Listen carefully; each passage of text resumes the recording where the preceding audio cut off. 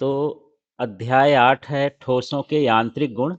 और इसके प्रश्नों को समझते हैं जो 1 अंक 2 अंक 3 अंक 4 अंक में आएंगे, इंपॉर्टेंट प्रश्न। ठीक है, तो देखिए सही विकल्प चुनिए। विमाहीन मात्रकहीन राशि है तो ये होती है क्या? विकृति। ठीक है, तो क्लियर हो गया। इसमें से जो विकृति है वो क्या है? मात्रकहीन है और विमाहीन है। क्योंकि ये बीमा में परिवर्तन और मूल बीमा होती है, तो बीमा बटे बीमा है ना, तो मात्रक भी कट जाएगा और उसकी बीमा भी कट जाएगी। अब देखते हैं आयतन विकृति किसमें संभव है। तो यह ठोस में भी हो सकती है, द्रव में भी हो सकती है और गैस में भी हो सकती है। फिर ये देखिए, पायसन अनुपात का व्यवहार में मान संभव है, यह मान है। तो पायसन अनुपात का मान हमेशा ये 0.4 के आस पास, या फिर कह सकते हो यही जैसे लिखा ना 0.5 से अधिक, तो 0.5 से क्या होता है? कम होता है। यदि कम लिखा होगा तो उसको ऑप्शन चॉइस करना है। फिर यह है हुक का नियम किसकी परिभाषा बताता है? तो ये बताता है किसकी? प्रत्यास्थता की सीमा। फिर यहाँ देखिए छठवां वाला प्रश्न है, महाधमनी खंड जैसे पदार्थ जिन्हें तनित कर अत्यधिक विकृति पैदा की जा सकती है, इन्हें कहते हैं। तो ये क्या कहलाता है? प्रत्यास्थ तलक। कभी कभी ये 1 नंबर 2 नंबर में अलग से पूछ देता है कि प्रत्यास्थ तलक क्या कहलाते हैं। माने जिसको लंबाई के कई गुना खींचा जा सकता है उसे हम क्या कहते हैं? प्रत्यास्थ तलक। जैसे रबर है, रबर इतनी छोटी रहती है लेकिन उसको हम बहुत लंबा खींच सकते हैं। तो जो बहुत लंबा खिंच जाए अपने आकार की तुलना में, उसे हम क्या कहते हैं? प्रत्यास्थलक। जैसे हमारे शरीर में एक पाई जाती है महाधमनी ना, तो महाधमनी को आप लंबा खींचोगे तो रबर जैसे बढ़ती जाती है, तो ये भी एक प्रत्यास्थलक का उदाहरण है। फिर ये देखिए, साधारण द्रव्यों में अपरूपण गुणांक का मान यंग गुणांक से कम होता है। अपरूपण गुणांक जैसे मान के चलो कि ये किसी चीज को टेढ़ा करना, तो अपरूपण गुणांक कहला गया। किसी को खींचना, तो वो कहलाता है यंग गुणांक। तो हम किसी वस्तु को खींचना चाहेंगे तो ज़्यादा खींच लेंगे कि, लेकिन टेढ़ा करना चाहेंगे तो कम टेढ़ा कर पाएंगे। इसका मतलब ये है कि अपरूपण गुणांक का मान यंग गुणांक से क्या होता है? कम होता है। ठीक है, इसके बाद यहाँ पर देखिए 9वां प्रश्न है, निम्नलिखित में से सर्वाधिक प्रत्यास्थ क्या है? तो यहाँ पर सबसे अधिक प्रत्यास्थ क्या होता है? इस्पात। या इस्पात को कभी स्टील भी लिख देते हैं। जो इतने दिए हैं इसमें स्टील क्या होता है? अधिक प्रत्यास्थ होता है। अब खाली स्थान वाले प्रश्न देखिए, यंग गुणांक ये किसमें केवल पाया जाता है? ठोस में। यंग का मतलब जो जिसको हम लंबाई में खींच सकते हैं वो वाला यंग गुणांक कहलाता है। अपरूपण गुणांक भी किस में पाया जाता है? ठोस में, है ना। ये अपरूपण गुणांक जो है हम जिसको टेढ़ा कर सकते हैं, तिरछा हो जाए, उसको हम क्या बोलेंगे? अपरूपण गुणांक। और आयतन प्रत्यास्था गुणांक ये क्या कहलाता है? आयतन प्रत्यास्था गुणांक के व्युत्क्रम को उल्टा करने को क्या बोलेंगे? संपीड़न। जबरदस्ती किसी के अंदर दबा दबा के भर देना, वो क्या कहलाता है? संपीड़न। ठीक है, अब यहाँ पर 5वां वाला प्रश्न देखिए, एकांक क्षेत्रफल पर कार्य करने वाले प्रत्यानयन बल को क्या कहते हैं? प्रतिबल। ठीक है, फिर यदि चरम सामर्थ्य बिंदु और विभाजन बिंदु अधिक दूरी पर हों तो द्रव्य या पदार्थ कैसा होता है? तन्य। प्रतिबल कैसी राशि होती है? अदिश राशि होती है। अब यहाँ 9वां प्रश्न देखिए, वह वस्तु जिसमें स्थायी विरूपण होता है क्या कहलाती है? प्लास्टिक। ठीक है, अब चलिए यहाँ पर गलत जोड़ी को सही करते हैं। अनुदैर्ध्य विकृति, तो जो अनुदैर्ध्य विकृति होती है वो लंबाई की होती है, तो ये हो जाएगा ये डेल्टा एल अपॉन एल, माने लंबाई में परिवर्तन और बटे मूल लंबाई। फिर आयतन विकृति, तो आयतन विकृति क्या है? ये है minus delta V upon V, माने आयतन में परिवर्तन और मूल आयतन। ठीक है, फिर अपरूपण विकृति को हम किससे दर्शाते हैं? थीटा से। ठीक है, और यहाँ पर जो प्रतिबल है ये एकांक क्षेत्रफल पर लगने वाला बल है, और जो विकृति है ये सीधा सीधा इसी के सामने लिखा है। ठीक है, ये क्या हो गया? विमाहीन, इसकी जोड़ी मिलाने की ज़रूरत नहीं है। ये कन्फ्यूज़न के लिए डाला जाता है, नहीं यार जोड़ी भी मिलाना है, पहले से मिली-मिलाई है, कुछ गड़बड़ तो है, लड़का सोचे। पर कभी-कभी ऐसा भी हो जाता है कि उसके सामने ही उसके सही मान लिखा रहता है। ठीक? हुँ। अब हम प्रश्न देखेंगे जो एक वाक्य में उत्तर हैं। किसी प्रत्यास्थ तार को खींचने में किए गए कार्य, या कह सकते हैं एकांक आयतन में स्थितिज ऊर्जा का सूत्र लिखना है।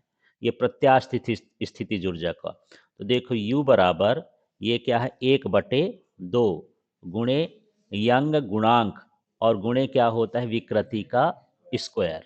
ठीक है, इस तरह से आपको याद करना है। इसके बाद देखिए, चट्टानों के प्रत्यास्थ गुणों के आधार पर पृथ्वी पर पर्वत की अधिकतम ऊंचाई कितनी हो सकती है।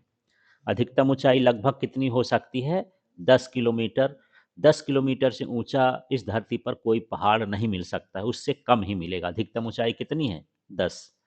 ठीक है, जैसे हमारा एवरेस्ट है जो है, वो 9,888 मीटर है ना। तो मीटर माने 9 किलोमीटर के आसपास समझ लो, 9 साढ़े 9 किलोमीटर के आसपास, उससे ज़्यादा ऊंचा पहाड़ नहीं हो सकता।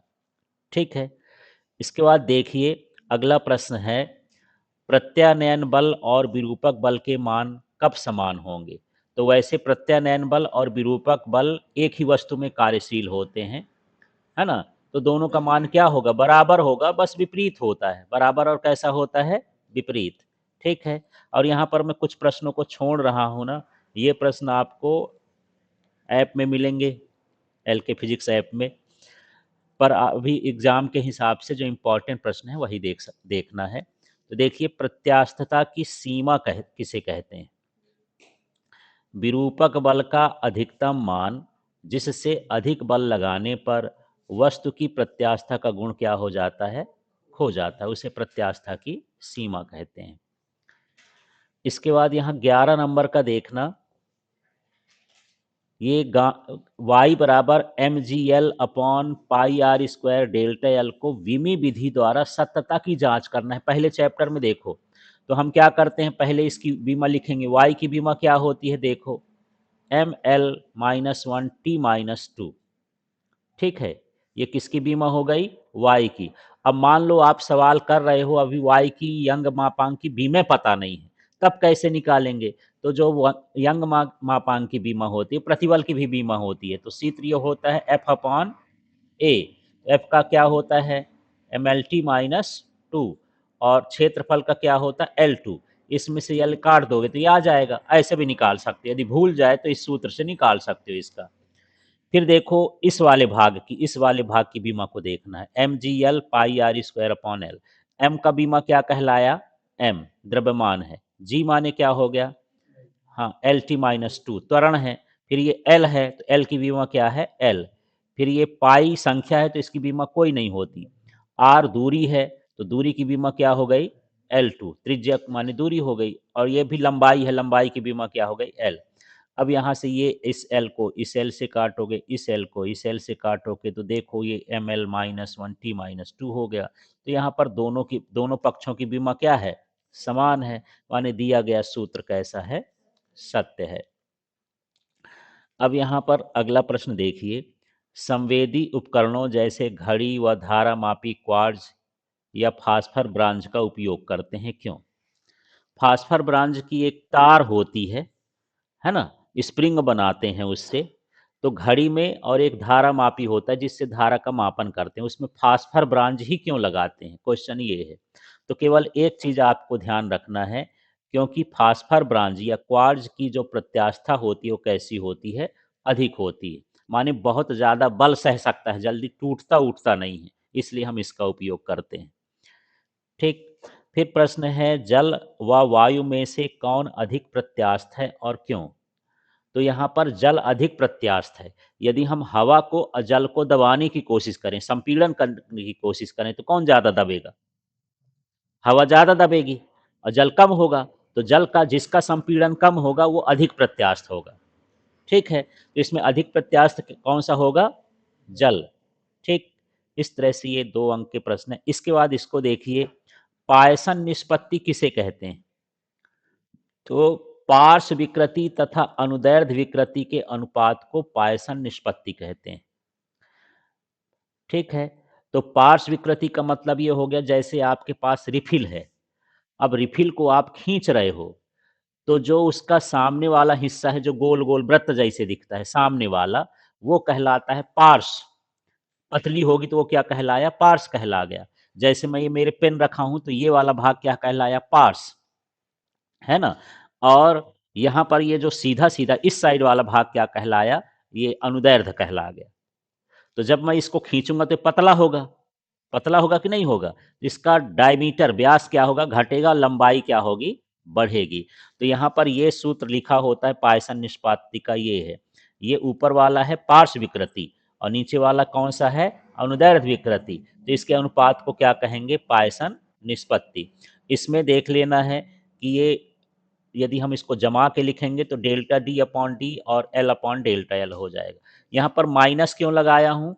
क्योंकि यदि आप खींचोगे तो तार पतली होगी, उसकी मोटाई घटेगी। यहाँ पार्श्व विकृति का मतलब मोटाई से है। मोटाई घटेगी इसलिए यहाँ पर क्या लिखा है? माइनस। अब देखो जो विद्युत वाले पोल होते हैं जो लोहे के बने होते हैं जनरली, वो कैसे बनाए जाते हैं? खोखले, जिसमें लाइट नहीं लगी रहती स्ट्रीट लाइट, वो अंदर से कैसा होता है? खोखला। क्यों होता है? क्योंकि इसका प्रत्यास्था गुणांक क्या होता है? अधिक होता है। अधिक होगा तो मजबूत होगा। अब यहाँ पर देख लीजिए जो प्रश्न इम्पोर्टेंट है 2 अंक के लिए, उन प्रश्नों को देखते हैं। तो प्रश्न है प्रत्यास्थता के अनुप्रयोग लिखिए, इसका क्या-क्या उपयोग कर सकते हैं? तो यह मशीनी उपकरण बनाने में, है ना? जितनी बड़ी मशीन होगी, उसमें उस तरह की धातु का उपयोग किया जाता है, उतना मजबूत धातु का। जैसे बच्चा खिलौना खेलता है तो प्लास्टिक का बना देते हैं, लेकिन मुझे कार रोड में चलाना होगा तो मैं प्लास्टिक का बना के चलाऊँगा, है ना? उसको भी लोहे का उसी उतनी मजबूती होना चाहिए इंजन की। कोई भी मशीन होती है तो हम उसका प्रत्यास्था पहले समझेंगे कि इस कितनी शक्तिशाली है। प्रत्यास्था से उसकी शक्ति का, क्षमता का पता चलता है ना? फिर क्रेन की रस्सी बनाने में, है ना? क्रेन तो समझते होंगे भारी-भारी चीज़ों को उठाती है जो मशीन, उसको क्या बोलते हैं? क्रेन। तो उसमें रस्सी बाँधी जाती है, तो ऐसे नहीं है कि नायलॉन की रस्सी बाँध दें। जैसा जितना हमको मजबूत चाहिए, उतनी मजबूत रस्सी हमको लगाना पड़ता है। तो हम मजबूती का पता किससे लगाएँगे? प्रत्यास्थता से। प्रत्यास्था से किसी चीज़ की मजबूती का पता चलता है। ठीक है? पुलों के निर्माण में, ये पुलों पुलों हो गया, इसको क्या लिख देना? पुलों के निर्माण में। अब पुल में कितना वज़न कोई वाहन उसके ऊपर रख सकता है या चलेगा तो कितना वज़न सहेगा, ये भी हमको पहले जो इंजीनियर होते हैं तो ऐसा नहीं कि हाँ भाई कंक्रीट खड़ा कर दो, स्लैब डाल दो, पुल तैयार हो गई। ऐसा नहीं, उसकी मजबूती कि हम इतना लोहा लगा रहे हैं, इतना कंक्रीट लगा रहे हैं, इसका प्रत्यास्था कितना होगा, कितना टन वज़न सह सकता है। फिर उस उतने परमिशन मिलती है उस पुल से जाने की। मान लो किसी पुल से जाने की 100 टन की परमिशन है और 150 टन वाला ट्रक आ गया, तो वहाँ पर जो है वो रोड वाले उसको रोक देंगे कि भैया इसकी क्षमता नहीं है, पुल भी टूटेगा, तुम्हारा ये सामान भी टूटेगा। है ना? तो ये सारा कुछ किससे पता चलता है हमको? प्रत्यास्था से, है ना? फिर ये है आई आकार के गर्डर बनाने में। गर्डर माने जैसे रेल की पटरी होती है ना, इस आकार की बनी होती है रेल की पटरी, ठीक? थोड़ा-सा ऐसे-ऐसे मुड़ी होती है, तो वो यहाँ पर इससे इस आकार को देने से उसकी प्रत्यास्था क्या हो जाती है? अधिक हो जाती है। ठीक है? अब देखो, एक खोखला शाफ्ट ठोस की तुलना में मजबूत होता है। शाफ्टोल या खंभा बोल सकते हो कि ये खोखला खंभा, ठोस खंभे की तुलना में क्या रहेगा? मजबूत रहेगा। ठीक है? मान लो हम बिजली का खंभा लगा रहे हैं लाइट वाला, अब हम सोचे कि उसको खोखला ना बना के ऐसे मिलाकर बना दें, तो वो लचक जाएगा, मुड़ जाएगा, माने वो उसकी मजबूती क्या हो गई? कम हो गई। तो खोखला वाला मजबूत होगा कि ठोस वाला? ठोस वाला। कैसे हम जानें? प्रत्यास्था किसे? प्रत्यास्था का पता लगाएँगे, भाई इसका प्रत्यास्था कितना है? इसका प्रत्यास्था कितना है? पोल का प्रत्यास्था अधिक है, माने अधिक मजबूत है और ठोस की प्रत्यास्था कम है। इस तरह से सारा उपयोग हम कर सकते हैं।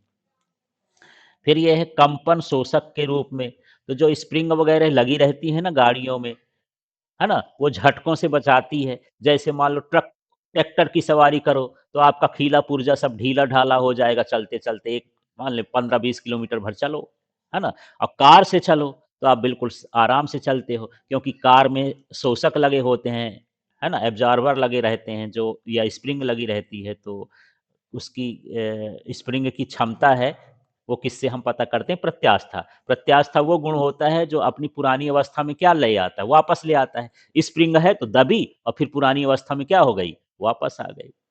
है ना? गाड़ियों में सॉकअप लगे होते हैं जिसको बोलते हो ना सॉकअप, ठीक है? तो ये सब हम किससे पता करते हैं? प्रत्यास्थता से। फिर ये है बिल्डिंग है, पुल है, ऑटोमोबाइल आदि के निर्माण में सभी यांत्रिकी डिज़ाइन में हम किसका उपयोग करते हैं? प्रत्यास्था का। ठीक है, यहाँ पर पंखा लगा है, इसमें भी प्रत्यास्था का उपयोग किया गया है। घर बनाने में जो स्टील की रॉड लगी है, वो भी प्रत्यास्था का उपयोग किया गया है। भाई मजबूत है, कितना मजबूत रहेगा? ठीक। ये अगला क्वेश्चन है, प्रत्यास्थ एवं सुघट्य पदार्थ में अंतर लिखना है। सुघट्य माने प्लास्टिक और इलास्टिक। कभी-कभी अंग्रेजी में लिख के आ जाता है कि इलास्टिक और प्लास्टिक में अंतर लिखना है। ठीक है, तो देखो इलास्टिक वस्तु क्या है? प्रत्यास्थ।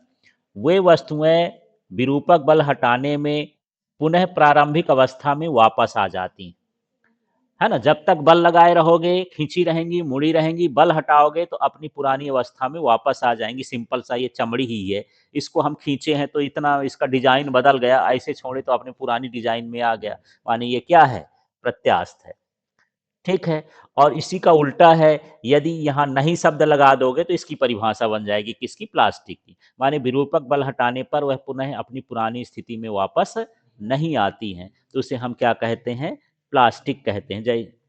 ठीक है, इसमें अस्थायी विरूपण होता है, माने इनका रूप तो बदलता है लेकिन थोड़ी देर के लिए, बल हटाओगे तो फिर ये वही का वही वापस आ जाता है। जैसे छोटे बच्चा है, हमारा वीरू था तो कल खेल रहा था कि मत देखो, थोड़ा सा मार दिए तो क्या किया कि देखना बंद कर दिया, फिर थोड़ी देर बाद आके देखने लगा।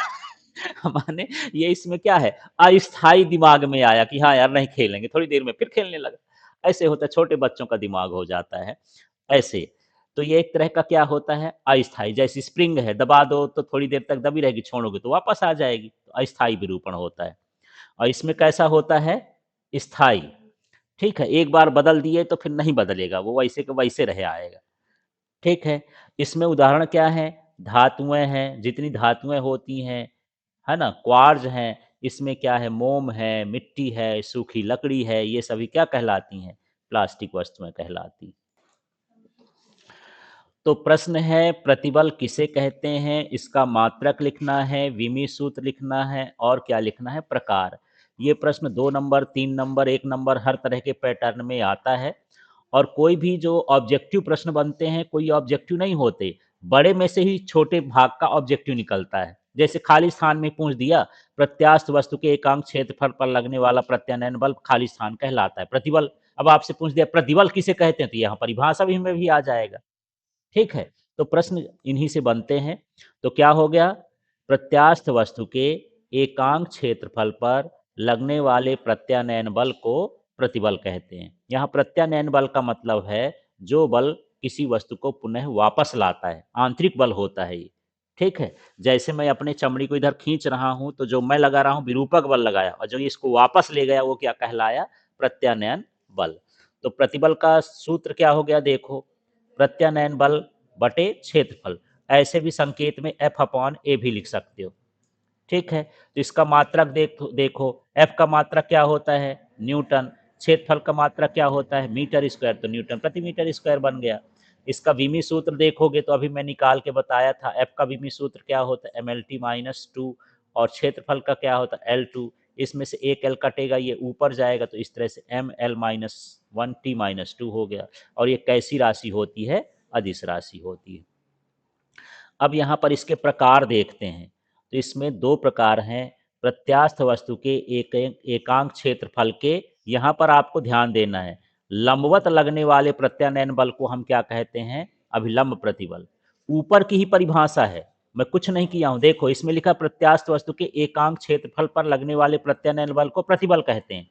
यदि एकांक क्षेत्रफल के लंबवत शब्द जोड़ दोगे तो क्या कहलाएगा? अभिलंब, अभिलंब प्रतिबल। और यदि स्पर्शी लिख दोगे या समांतर लिख दोगे तो क्या कहलाएगा? अपरूपण प्रतिबल। समझ में आ गया? तो प्रतिबल की परिभाषा यहाँ पर तीन तरह की हो गई। पहला क्या था? इसी वस्तु में क्या हटा दोगे तो ये प्रतिबल का परिभाषा बन जाएगा। प्रत्यास्थ वस्तु के एकांक क्षेत्रफल पर लगने वाले बल को प्रतिबल कहते हैं। यदि यहाँ पर लंबवत जोड़ दोगे तो क्या कहलाएगा? अभिलंब प्रतिबल। और यदि स्पर्शीय लिख दोगे तो क्या कहलाएगा? अपरूपण प्रतिबल। इस तरह से ये दो प्रकार का होता है। इसमें एक चीज और है, इसके भी दो प्रकार होते हैं। एक होता है तनन और एक होता है संपीड़न। यदि हम लंबाई बढ़े, लंबवत बल लगाने पर क्या बढ़े? लंबाई। तार जैसे बने तो तनन हो जाएगा। और यदि लंबाई कम हो तो क्या कहलाएगा? संपीड़न कहलाएगा। अब देखिए ये जो प्रश्न है इस चैप्टर के, जो 3-4 नंबर में आ सकते हैं। तो यहाँ प्रश्न है, विकृति किसे कहते हैं, इसके प्रकारों को लिखिए। तो बड़ा सरल सा है, माने एक परिभाषा याद करोगे 3 बार लिखना है, पन्ने भरने वाला काम है ये। ठीक है सिर्फ। तो देखो क्या है, प्रतिबल के कारण वस्तु की विमा में परिवर्तन और मूल विमा में परिवर्तन के अनुपात को क्या कहते हैं? विकृति। तो आप परिभाषा याद ना करो, ये सूत्र याद कर लो बस। प्रतिबल के कारण क्या लिखोगे? ये विमा में परिवर्तन। और ये क्या हो गया? मूल विमा के अनुपात को क्या कहेंगे? विकृति। समझ में आ गया विकृति? ठीक है। अब इसमें 3 है, बस नाम भर याद रखो। एक अनुदैर्ध्य है, एक है आयतन और एक है अपरूपण। बस यहां पर जहां बीमा में परिवर्तन है वहां पर लंबाई लिख दोगे तो अनुदैर्ध्य बन जाएगा, आयतन लिख दोगे तो ये अपरूपण बन जाएगा। ठीक है, ये आयतन वाला बन जाएगा। और यहां पर फलक लिख दोगे तो वो क्या कहलाएगा? अपरूपण। तो देखो अनुदैर्ध्य विकृति की परिभाषा, अभिलंब प्रतिबल के कारण वस्तु की लंबाई में परिवर्तन तथा मूल लंबाई के अनुपात को अनुदैर्ध्य विकृति। तो देखो यहां पर बीमा लिखा था ना, इस बीमा की जगह पर क्या लिखोगे? लंबाई। और इस बीमा की जगह भी क्या लिखोगे? लंबाई। तो क्या हो जाएगा? अभिलंब प्रतिबल के कारण लंबाई में परिवर्तन और मूल लंबाई के अनुपात को क्या कहेंगे? अनुदैर्ध्य विकृति। ठीक है। आयतन विकृति में अब बताओ, इस लंबाई की जगह क्या लिख दोगे? आयतन। तो क्या बनेगा परिभाषा? आयतन में परिवर्तन और मूल आयतन के अनुपात को क्या बोलेंगे? आयतन विकृति। तो एक बार लंबाई लिखना है तो अनुदैर्ध्य बनेगा, एक बार आयतन लिखोगे तो आयतन। अब ये देखो इसमें अपरूपण प्रतिबल लगेगा। इसमें क्या लगेगा? अपरूपण प्रतिबल के कारण वस्तु के फलकों के बीच का कोणीय विस्थापन अपरूपण विकृति कहलाता है। इसमें कोणीय विस्थापन लिखना थोड़ा उससे अलग है। ठीक है। तो इस तरह से इसकी 3 प्रकार होते हैं। तो यहाँ 9वां प्रश्न है, सबसे पहले हुक का नियम लिखिए, प्रत्यास्था गुणांक को समझाइए और इसके प्रकारों को लिखिए। ये टुकड़े टुकड़े में भी आ सकता है, ये भी समझना है। केवल अकेले पूछ दिया कि हुक का नियम लिखिए तो हुक का नियम भर लिख देना। ठीक है। लिख दिया प्रत्यास्था गुणांक को समझाइए तो प्रत्यास्था गुणांक भर लिख देना। और यदि लिख दिया इसके प्रकारों का वर्णन करने तो प्रकार भी लिख देना है। ये भी एक जैसे है। ठीक है। देखो इसमें हुक का नियम क्या है, अल्प विरूपण के लिए प्रतिबल विकृति के क्या होती है? समानुपाती। ये लिखा, इस सूत्र को याद लिखो। प्रतिबल लिखा है, ये विकृति है और ये चिन्ह काहे का है? समानुपाती। तो प्रतिबल विकृति के समानुपाती होता है। कब? अल्प विरूपण के लिए। कम विरूपण यदि हम लगाए, थोड़ा बल लगाएं तो तब ये होता है। ज्यादा लगाओगे तो टूट फाट जाएगा तो का गड़बड़ ना हो जाए। इसलिए यहाँ पर ये कंडीशन लगी है। चाहे अल्प विरूपण लिख दो, चाहे प्रत्यास्था की सीमा लिख दो, ये भी लिख सकते हो कि प्रत्यास्थता की सीमा में प्रतिबल विकृति के समानुपाती होता है। ये सरल है क्या? तो क्या लिखोगे? प्रत्यास्था की सीमा में प्रतिबल विकृति के क्या होता है? समानुपाती। अब देखो यहाँ पर ये प्रतिबल है, समानुपाती का चिन्ह हटा तो एक नीतांक आ गया, के ये हो गया विकृति। तो के क्या है? प्रत्यास्था गुणांक है। अब प्रत्यास्था गुणांक की परिभाषा देखो, ये है ना? ये विकृति को इधर भेज देंगे तो प्रतिबल बटे विकृति हो गया ना? इससे परिभाषा बनाना है। तो क्या बोलोगे? प्रत्यास्था की सीमा में प्रतिबल और विकृति के अनुपात को प्रत्यास्था गुणांक कहते हैं। याद हो जाएगी परिभाषा क्या? प्रत्यास्था की सीमा में प्रतिबल और विकृति के अनुपात को प्रत्यास्था गुणांक कहते हैं। इसका मात्रक देखो न्यूटन प्रति मीटर, जो प्रतिबल का है, क्योंकि विकृति का तो कुछ तो होता ही नहीं है, तो वही रहेगा। इसका विमी सूत्र भी किसके जैसा है? प्रतिबल जैसे, क्योंकि विकृति का तो कुछ होता ही नहीं, तो कोई फर्क नहीं पड़ेगा इस तरह से। अब इसमें 3 तरह के प्रत्यास्था गुणांक होते हैं। एक होता है यंग गुणांक। परिभाषा मत याद करो, सूत्र याद करो तो आपसे ये बन जाएगा। क्या हो गया, प्रत्यास्था की सीमा में, सब सब में एक शब्द जोड़ना है, क्या, प्रत्यास्था की सीमा में क्या, अभिलंब प्रतिबल और अनुदैर्ध्य विकृति के अनुपात को यंग प्रत्यास्था गुणांक कहते हैं। इस तरह से यहां पर आता है। ठीक है, अब आयतन प्रत्यास्था गुणांक है, तो आयतन प्रत्यास्था गुणांक की परिभाषा यहां से बनाना है। सिर्फ पहले क्या लिखोगे, प्रत्यास्था की सीमा में अभिलंब प्रतिबल और आयतन विकृति के अनुपात को आयतन गुणांक या बल्क मॉडुलस कहते हैं। यहाँ सूत्र भी लिख सकते हो अभिलंब प्रतिबल का, जैसे होता है एफ अपॉन ए होता है, यहाँ भी एफ अपॉन ए है, यहाँ भी एफ। अनुदैर्ध्य विकृति का डेल्टा एल अपॉन एल होता है, यहाँ डेल्टा वी अपॉन वी होता है, इसको पी भी लिख सकते हो। तो यदि आपको सूत्र नहीं लिखना है तो आप ये संकेत ये शब्दों में भी लिख दोगे तब भी ठीक है। फिर अपरूपण विकृति, तो फिर से प्रत्यास्था की सीमा में, अब देखो अपरूपण प्रतिबल और अपरूपण विकृति के अनुपात को क्या कहेंगे, अपरूपण गुणांक, या इसी को बोलते हैं दृढ़ता गुणांक। किसी प्रत्यास्थ तार की एकांक आयतन की स्थितिज ऊर्जा का मान ज्ञात करना है, या इसको सिंपल से लिख दिया है प्रत्यास्थ स्थितिज ऊर्जा। अभी शुरू में जो विकल्प वाला प्रश्न आया था ना, U बराबर 1/2 यंग गुणांक गुणे विकृति का स्क्वायर, यही हमको लाना है, सिद्ध करना है। तो देखो, प्रत्यास्था की सीमा में किसी वस्तु में विकृति उत्पन्न करने में किया गया कार्य प्रत्यास्थ स्थितिज ऊर्जा कहलाता है। सबसे पहले जैसे मान के चलो कि मैं अपनी चमड़ी को ही, ये देखो बराबर है, यदि मैं खींचूंगा तो इसमें विकृति उत्पन्न होगी, तो मुझे कार्य न करना पड़ेगा, यही कार्य इसकी क्या हो गई, स्थितिज ऊर्जा। तो सीधा प्रत्यास्था की सीमा में विकृति उत्पन्न करने में किया गया कार्य क्या कहलाता है, प्रत्यास्थ स्थितिज ऊर्जा। अब इसके लिए सूत्र देख लेते हैं।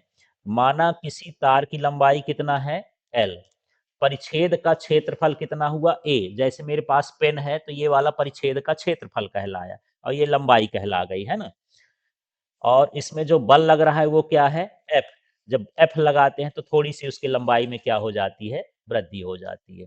तो कार्य बराबर सूत्र होता है बल गुणे विस्थापन, लेकिन यहाँ बल की जगह क्या लिखा है, औसत बल, और विस्थापन की जगह क्या लिखा है, लंबाई में वृद्धि। अब सूत्र देखो, कार्य को किससे लिखते हैं, डब्ल्यू से। औसत बल, शुरू का बल क्या रहा होगा, शून्य, और बाद का बल कितना हुआ, एफ। औसत हम कैसे निकालते हैं, दोनों आंकड़ों का जोड़ बटे आंकड़ों की संख्या, माने दोनों को जोड़ के बटे में कितने मान है, ये 2 है तो 2 लिख दिया। और लंबाई में वृद्धि कितना है, डेल्टा एल। इसमें से अब देखना, 1/2 को मैं बाहर कर लिया हूं तो मेरे पास एफ डेल्टा एल लिखा है, ये एफ डेल्टा एल हो गया। इसके बाद यहां पर देख लो, कार्य प्रत्यास्थ स्थितिज ऊर्जा के क्या होता है, बराबर। ठीक है, तो अब देख लो यहां पर कि ये क्या है। अब यहाँ देखना, इस सूत्र को देखना, जो U बराबर है ना, ये वाला सूत्र, इसी सूत्र को मैं किसके फॉर्मेट में लिख दिया हूँ, U के फॉर्मेट। अब आगे का स्टेप देखो क्या किए हैं, आगे ध्यान देना। F के बटे में क्या लिखा हूँ, A, और डेल्टा L के बटे में क्या लिखा हूँ, L, और यहाँ पर AL अलग से लिख दिया हूँ, उसी का गुणा उसी का क्या कर दिया हूँ, भाग, काटोगे तो वही आ जाएगा।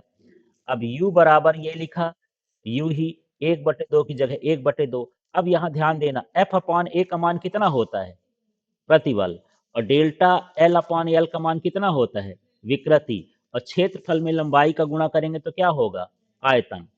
अब यहाँ पर हमको एकांक आयतन में निकालना है, एकांक आयतन में ऊर्जा, माने आयतन का मान एक मान लेंगे, तो ये सूत्र हो जाएगा 1/2 प्रतिबल गुणे विकृति। आयतन हट गया, क्यों हट गया, क्योंकि इसका मान क्या मान लिए हैं, एक। अगले स्टेप में देखो, अगले स्टेप में विकृति का गुणा भी किए हैं और विकृति का भाग, तो हमारे पास जब गुणा करेंगे तो विकृति का क्या हो जाएगा, स्क्वायर, और यहाँ विकृति हो जाएगी। अब प्रतिबल बटे विकृति क्या होता है, यंग गुणांक, और ये होता है विकृति का स्क्वायर। तो इस तरह से ये सूत्र आया 1/2 गुणे यंग गुणांक गुणे विकृति का स्क्वायर। यहाँ अगला प्रश्न है, देखना है, स्टील की तार के लिए प्रतिबल और विकृति के बीच ग्राफ खींचकर वर्णन कीजिए। तो देखो, प्रतिबल विकृति का इस तरह से ग्राफ बनाना है ना, ग्राफ आपको दिख रहा है। सबसे पहले देखो, आपको ये दो लाइन खींचना है ना, एक एक्स वाली और एक कौन सी वाली, वाई वाली। फिर यहाँ से एक लाइन ऐसे खींचते हुए जैसे ये बन रहा है इसी तरह से बना देना है। फिर यहाँ पर देखो, ये ए बिंदु है और इसमें क्या लिखना है, अनुपातिक सीमा। फिर इसके बाद यहां पर आपको एक बी बिंदु लेना है, इसको क्या लिखना है, प्रत्यास्थता की सीमा। और ये जो सी बिंदु है इसको आप लिख दोगे ये पराभाव बिंदु। और इस तरह से यहाँ पर जो ई है ये भंजक हो गया, और ये सारा कुछ लिख देना है जो इसमें लिखा है। ठीक है, यहाँ पर क्या लिखोगे, जरूरी चीज है प्रतिबल, और यहाँ पर क्या लिखोगे, विकृति। ठीक है, अब हम यहाँ ग्राफ में यदि ये लाइन नहीं भी लिखोगे तो जरूरी नहीं है, पढ़ देता हूं। मेरे पास धातु की तार है, इसमें क्या लगाते हैं, तनन प्रतिबल, माने इसको खींचते हैं। ठीक है, तो उसकी लंबाई भी में क्या होता है, परिवर्तन, और उसको नोट करते जाते हैं कि भाई 1 किलो का वजन लटकाए कितना बढ़ी, 2 किलो का लटकाए कितना बढ़ी, 3 किलो का लटकाए कितना बढ़ी, और सब हम मान इकट्ठा करके हम उसके बीच में क्या खींच लेते हैं, ग्राफ। तो अब चित्र को देख के इसका वर्णन करना है। पहले मैं इस क्षेत्र की बात करता हूं, ये ओ ए क्षेत्र है, ये लाइन सीधी है, तो माने इसमें हुक के नियम का पालन होता है। आपको समझते जाना है, मैं यहां पर बताते जाता हूं। ओ ए क्षेत्र आ गया ना, इसमें क्या होगा, हुक के नियम का पालन होगा, और प्रत्यास्थ वस्तु में प्रत्यास्था का गुण होगा, बस इतना लिखना है। ठीक है, तो ए बिंदु को हम क्या बोलेंगे, अनुपातिक सीमा। ए के संगत प्रतिबल को अनुपातिक सीमा बोलेंगे। 3 चीजें बताना है। पहला क्या बोलोगे, ये हुक का नियम का पालन करता है, ओ से ए तक, ओ से ए तक क्या होगा, हुक के नियम का पालन करेगा, वस्तु में प्रत्यास्था का गुण होगा, बिंदु ए के संगत प्रतिबल को अनुपातिक सीमा कहेंगे। ठीक, क्लियर हुआ। अब दूसरा क्षेत्र चलते हैं, यहां से देखो बी से लेकर के सी तक ये लाइन मुड़ गई है ना, माने यह हुक के नियम का पालन नहीं करेगा, बीसी क्षेत्र हुक के नियम का पालन नहीं करता है। ठीक है, लेकिन वस्तु में प्रत्यास्था का गुण होता है, और बिंदु सी को हम क्या बोलते हैं, प्रत्यास्थता की सीमा, पराभाव बिंदु बोलते हैं, प्रत्यास्था की सीमा बोलते हैं। ठीक है, ये ए बी क्षेत्र है, ये ए बी क्षेत्र की बात कर रहा था, ए बी समझ में आ गया। पहले हम ओ ए क्षेत्र ले लिए, फिर कौन सा क्षेत्र लेंगे, ए बी क्षेत्र। तो ए बी क्षेत्र क्या होगा, हुक के नियम का पालन करेगा, नहीं करेगा, प्रत्यास्था का गुण होगा, होगा, और बिंदु बी के संगत जो प्रतिबल होगा उसको क्या बोलेंगे, प्रत्यास्था की सीमा, या क्या बोलेंगे, पराभाव बिंदु बोलेंगे। ठीक है, क्लियर हो गया। सी को क्या बोलोगे, बी को क्या बोलोगे, पराभाव बिंदु। अब हम ये वाला क्षेत्र चलते हैं, बी डी, यहां सी नहीं लेना है, सी तो लौट के आ गया, बी डी वाला क्षेत्र चलते हैं।